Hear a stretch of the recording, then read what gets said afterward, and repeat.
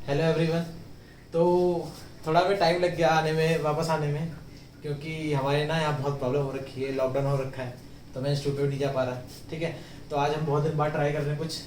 तो देखिए, ये वीडियो ना जनरली 11th क्लास के लिए बच्चों के लिए है। जो बच्चे नए नए गए हैं तो वो सोचते हैं बहुत सा टॉपिक होता है, ट्रिग्नोमेट्री होता है, सेट्स होता है, सब होता है। और जो ट्रिग्नोमेट्री जो है ना 11th की पूरी पूरी अलग है उससे, 10th की ट्रिग्नोमेट्री से पूरी की पूरी अलग है। क्योंकि 10th में बात की हमने 0 से लेकर 90 तक जाने की।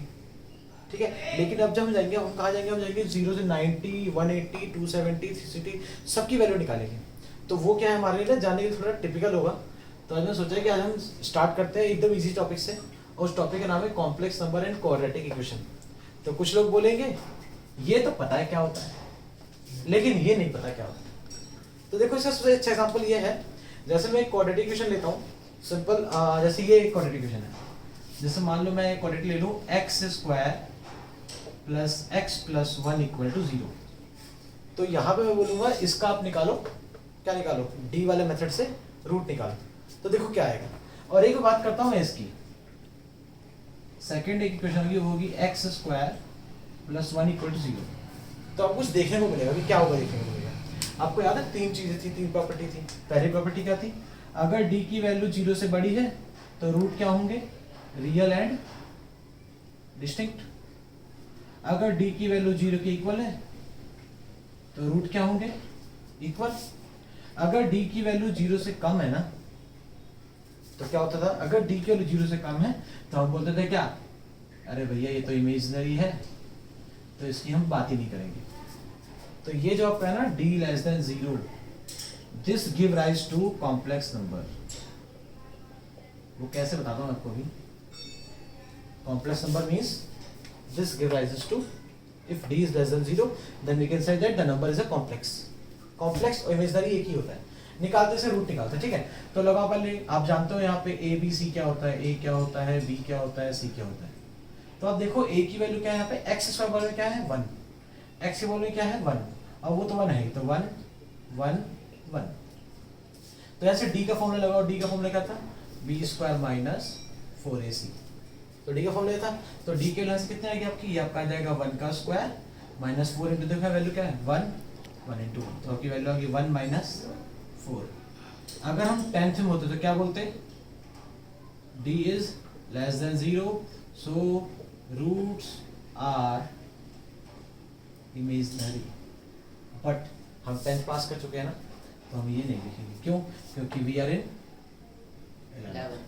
तो अब क्या होगा, होगा यहाँ पे ये कि d तो आ गया, d हमारा क्या आएगा -√3। अब d -√3 आ गया, इसका मतलब क्या है, तो अगर हम x की वैल्यू निकालें, x की वैल्यू क्या होगी, -b plus minus √d upon में 2a।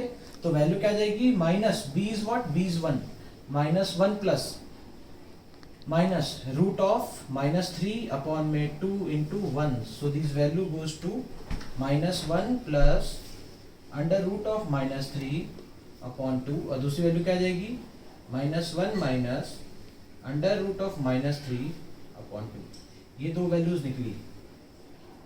हम कैसे इसे कोरिलेट करेंगे इस इक्वेशन से, हम कैसे यहाँ वैल्यू निकालेंगे कि यहाँ पे x की वैल्यू आएगी क्या। तो ये हमारा मेन मोटिव है। तो हम देखते हैं, मैं बताता हूँ आपको कि ये जो अंडर रूट में जो माइनस आता है इसकी वैल्यू क्या होती है। तो देखिए यहाँ पे आप करेंगे, तो यहाँ पे क्या आएगा, यहाँ पे आएगा एक्स स्क्वायर इक्वल्स टू क्या आएगा, -1। यहाँ से x की वैल्यू क्या आएगी, यहाँ से x की वैल्यू आएगी आपकी प्लस माइनस अंडर रूट के अंदर -1।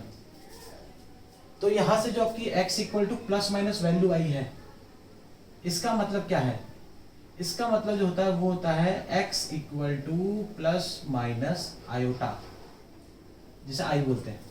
तो ये जो आयोटा है ना, iota means iota is refer to as under root of -1। तो आयोटा की वैल्यू क्या होती है, अंडर रूट ऑफ -1। बंद कर दो। तो अभी जैसे आपने देखा कि x की वैल्यू, मतलब हमने मान लिया आयोटा की वैल्यू क्या होती है, अंडर रूट ऑफ -1। तो हम कैसे बाकी सारी वैल्यूज निकालेंगे, जस्टिफाई करेंगे, कैसे करेंगे। ठीक है, जैसे ये आया तो बताओ हम क्या लिखूं, अंडर रूट ऑफ -√3 क्या लिखूं, अंडर रूट ऑफ -√3 को हम लिखें क्या, मतलब अंडर रूट ऑफ -3। तो देखो यहाँ पे जो आपका ये है means iota stands for under root -1। अगर ऐसा है, अगर मान लो कहीं लिखा है अंडर रूट ऑफ -2, तो इसे क्या लिखेंगे? तो इसे ऐसे लिख सकते हैं अंडर रूट ऑफ -1/2। आपको पता है एक प्रॉपर्टी, हमेशा क्या कर सकते हैं, हम क्या कर सकते हैं, इसको लिख सकते हैं अंडर रूट -1/2।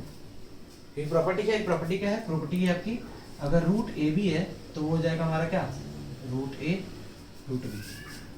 तो यहाँ से अंडर रूट ऑफ -1 जो है उसकी वैल्यू क्या है, वो हमारी है आयोटा, और ये क्या आ गया √2। तो मतलब अंडर रूट ऑफ -2 क्या आ गया, आयोटा √2। वैसे ही जो अंडर रूट ऑफ -3 इसकी वैल्यू क्या आ जाएगी, इसकी वैल्यू आपकी हो जाएगी सिंपल आयोटा √3। तो ऐसे हम वैल्यूज निकाल सकते हैं, ठीक है। तो हम अगर यहाँ पुट करते वैल्यू क्या आएगी, -1 plus √3 iota upon 2, -1 minus √3 iota upon 2, ये x की वैल्यूज है। और जो आगे बढ़ेंगे ना तो इसको हम अभी कोरिलेट करेंगे साइन और कॉस से।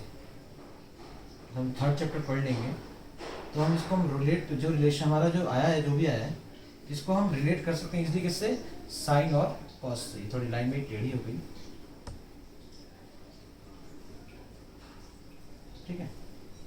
तो हम साइन और कॉस से रिलेट कर सकते हैं इसको। तो जैसे मैंने ये किया वैसे आप सब लोग ट्राई कर सकते हो। क्या ट्राई कर सकते हो, आप जान सकते हो, जिसमें दूसरी वीडियो डालूंगा इस पर आप जान सकते हो उसमें कि जैसे मैंने ये इक्वेशन निकाली, आप बुक खोलोगे ना तो 5 पॉइंट कुछ एक्सरसाइज का नाम है 3 ऐसा है, 5.3 या 5.2 है, उसमें आप देखना कैसे कौन सा, पता है कितने सारे क्वेश्चन, बहुत सारे क्वेश्चन दे रखे होंगे।